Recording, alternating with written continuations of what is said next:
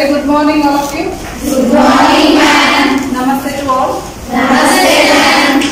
Today we are going to learn a very important topic, that is conductors, insulators and semiconductors, which comes in the fifth unit. Fifth unit is Introduction to Digital Electronics, that is electronic devices and digital electronics we are learning here.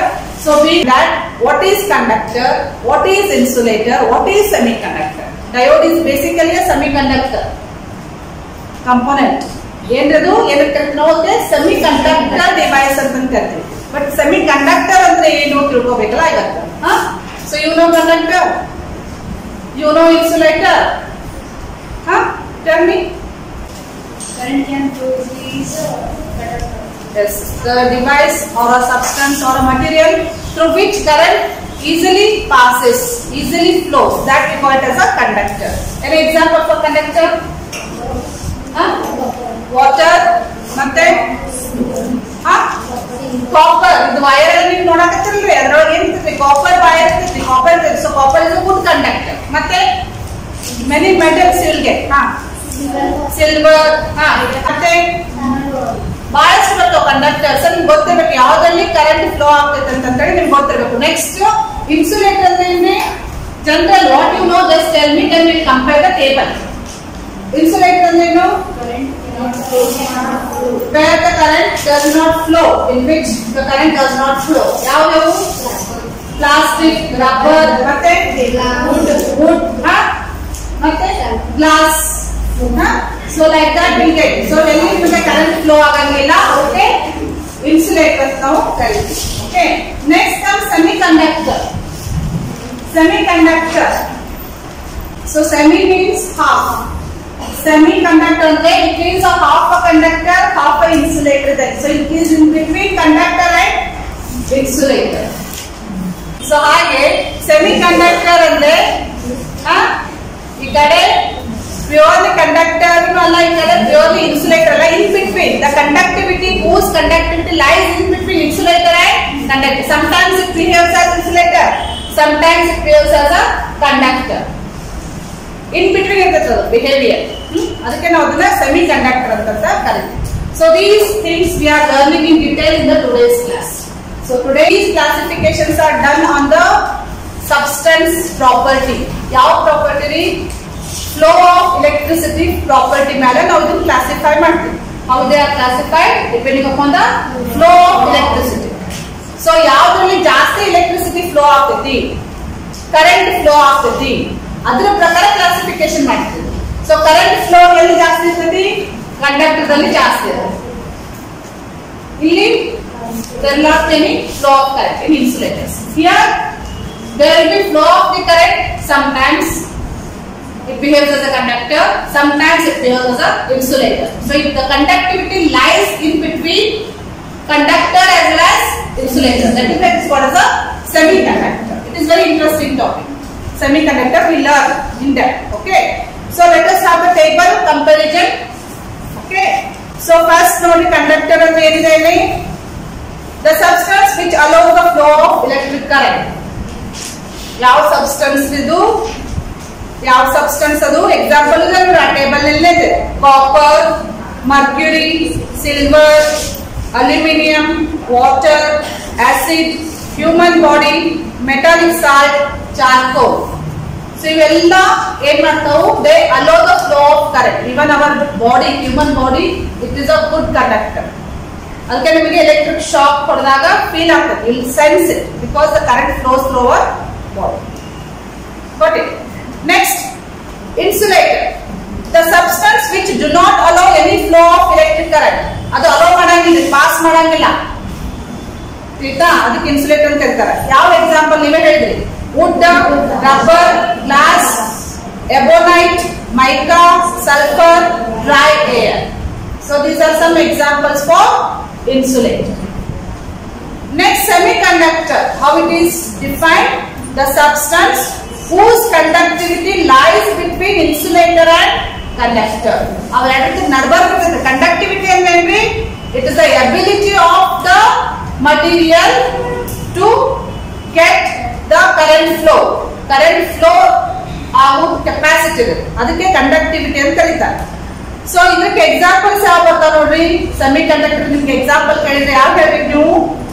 Germanium, silicon, cotton, wool, marble, sand, paper, ivory. Ivory ಅಂದ್ರೆ ಆನೆ ದಂತ ಅಂತ ಕರಿತೀವಿ ನೋಡಿದ್ರಿ, ivory ದಂತ. Moist air. So ಇವೆಲ್ಲ semi conductor ಒಳಗೆ ಬರ್ತಾವ. ಎಕ್ಸಾಂಪಲ್ಸ್ ಐತಿ ಈಗ. Next property. ಕಂಡಕ್ಟರ್ ಪ್ರಾಪರ್ಟಿ ಅಂದ್ರೆ it is a good conductor, it allows a current, ಅದಕ್ಕೆ ಗುಡ್ ಕಂಡಕ್ಟರ್ ಅಂತ ತಗೋತೀವಿ ನಾವು. Insulator is property, it is a bad conductor, it will not allow the current. Semiconductor is ಇದು ಯಾವ ರೀತಿ behave ಮಾಡುತ್ತೆ ನೋಡಿದ್ದು. At 0 degree Kelvin temperature it works as an insulator. So 0 temperature ಇದ್ದಾಗ ಯಾವ ರೀತಿ ಬಿಹೇವ್ ಮಾಡುತ್ತೆ? Insulator ಜೊತೆ ಬಿಹೇವ್ ಮಾಡುತ್ತೆ, it will not allow the current. Next, while by applied thermal agitation ಅಂದ್ರೆ ಹೀಟ್ ಮಾಡಿದಾಗ, thermal agitation ಅಂದ್ರೆ ಹೀಟ್ ಮಾಡಿದಾಗ, or ಅಥವಾ by adding impurity becomes conductor. ಅದು ನಿಮಗೆ ಹೇಳ್ತೀನಿ, ಇಂಪ್ಯೂರಿಟಿ ಆಡ್ ಮಾಡೋದು ನಿಮ್ಗೆ ಆಮೇಲೆ ಹೇಳ್ತೀನಿ. ಸೊ ಎರಡು ವೇಳೊಳಗೆ ಅದನ್ನ ಕಂಡಕ್ಟರ್ ಜೊತೆ ನಾವು ವರ್ಕ್ ಮಾಡಬಹುದು. ಸೆಮಿ ಕಂಡಕ್ಟರ್ ಅಂದ್ರೆ ಅವರು ಇನ್ಸುಲೇಟರ್ ಜೊತೆ ವರ್ಕ್ ಮಾಡಿದ್ರು. So semi conductor works as an insulator at 0 degree Celsius. But it can be worked as a conductor when you heat it, when you give the thermal agitation ಅಂದ್ರೆ heat ಮಾಡಿದಾಗ, plus when you give a impurity add ಮಾಡಿದಾಗ ಅವಾಗಷ್ಟೇ conductor ಜೊತೆ work ಮಾಡುತ್ತೆ. ಅದಕ್ಕೆ semi conductor ಅಂತ ಹೇಳ್ತಾರೆ. So the conductivity lies between insulator and conductor. Next,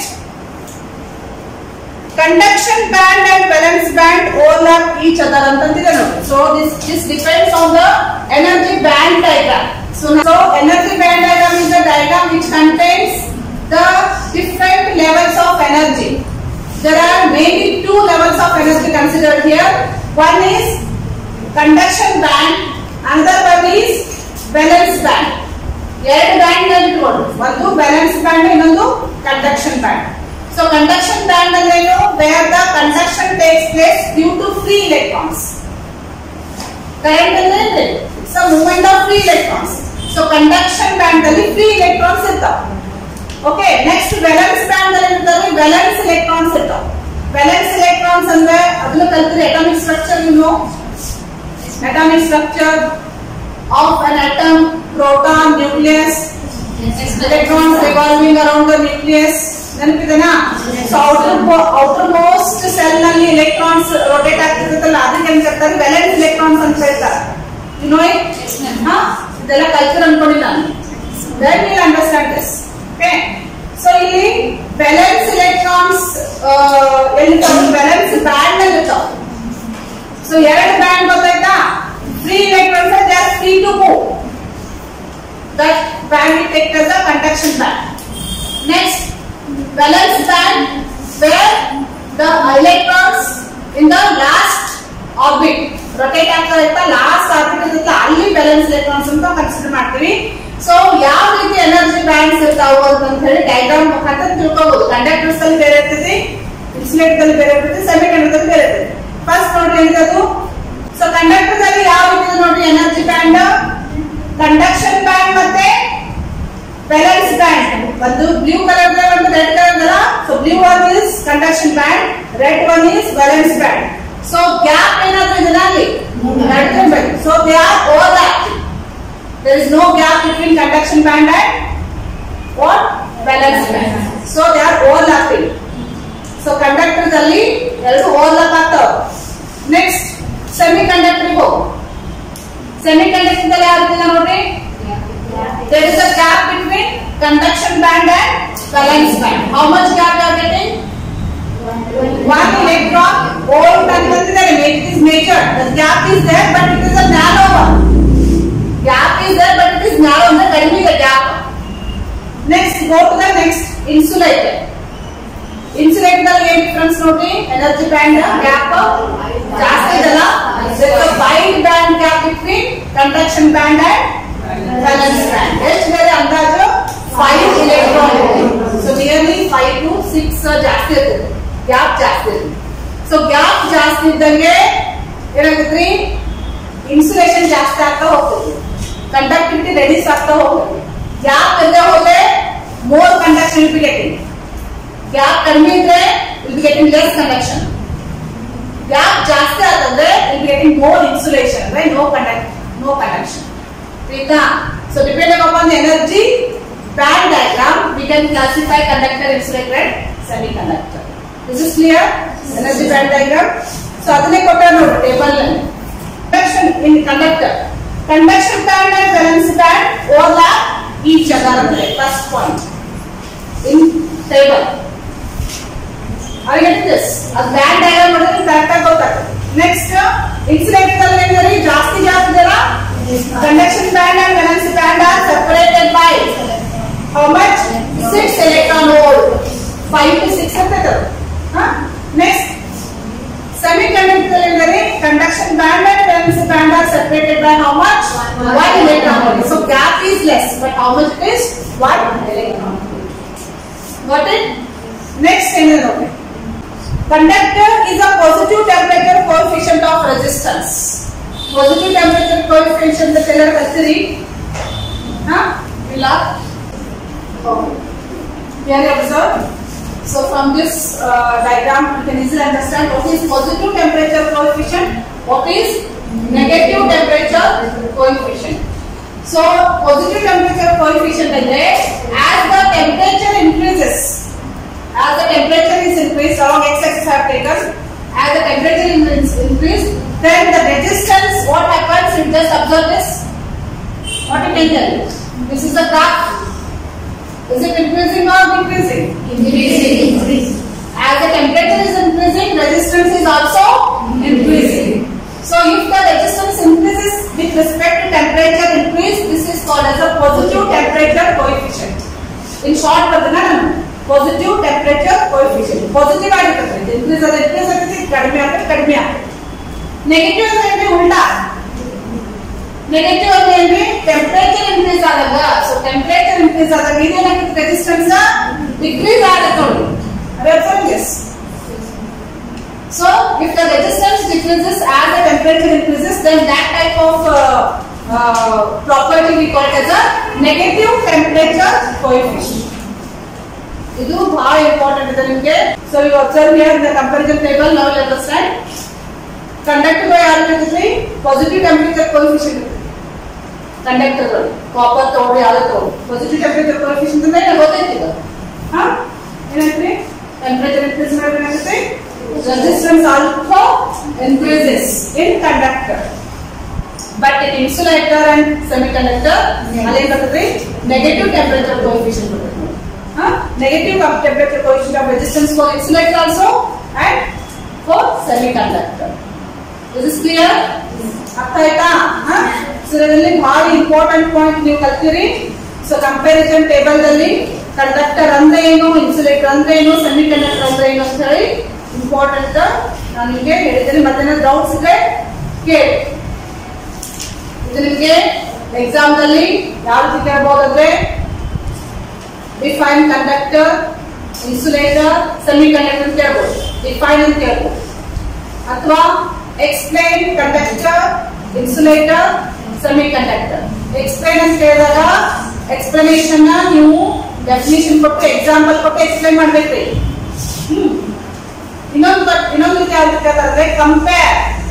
compare conductor, insulator, semiconductor ಅಂತ ಹೇಳಿದಾಗ ಯಾವ ರೀತಿ ಬರೀಬೇಕು ನೀವು?